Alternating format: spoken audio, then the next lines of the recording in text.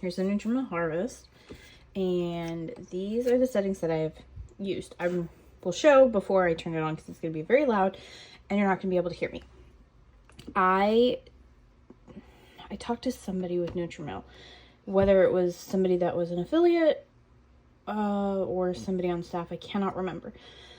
But they told me, so this is your, I don't know if you can see it. For the longest time after I got this mill, I did not know that this was here because your top comes off right here. You hit the button and you twist it and it comes off. Well, when I got it, this was back here. So I really struggled with getting fine flour because I did not see this, and I did not see this like extra line right here that goes smaller.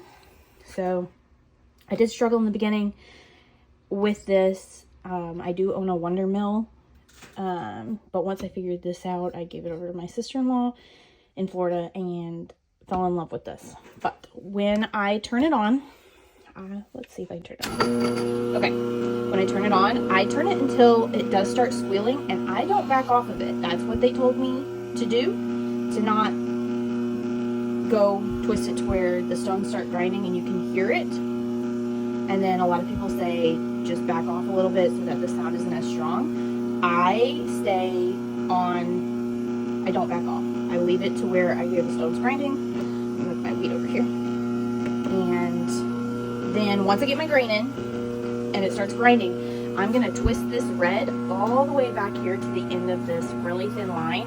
And sometimes I'll even come past that. They told me there was not an issue to come past that. You'll just want to pay attention to your wheat coming out, your flour coming out. Because if you get too far, it is going to stop. Your flour's not going to come out. So you just want to go back to where you feel like you're getting your finest flour and your flour's coming out. Sorry, I used her, and so there was still a little bit built up in here. Okay. Let me get this. Stay there.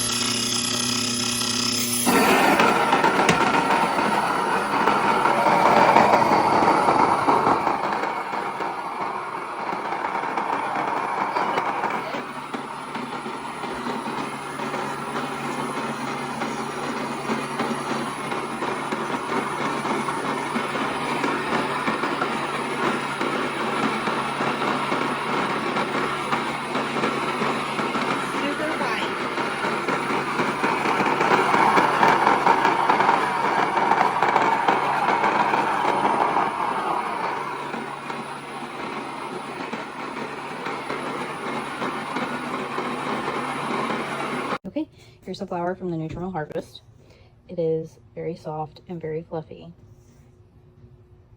It is a learning curve, but once you figure out where your settings are and whatnot, and just watching your feed rate coming out of here as you twist the top to get it finer, you'll figure it out quickly and you'll fall in love. I won this mill from Grains in Small Places last year, and I did not love the mill at first. I mean, I was so excited because obviously it's beautiful, but the flour I was getting was not compared to my Wonder Mill or my sister-in-law's NutriMill Classic.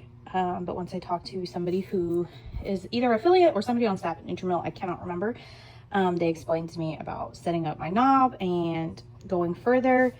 I got the hang of it and I fell in love. I live in a camper also right now. I'm in my sister-in-law's kitchen, but I live in a camper and this one just fits perfectly on my tiny counter space, and we love it. My husband loves it. He can use it, and we've never had any issues with the texture of our breads or our cookies or pastries because the flour comes out just perfect.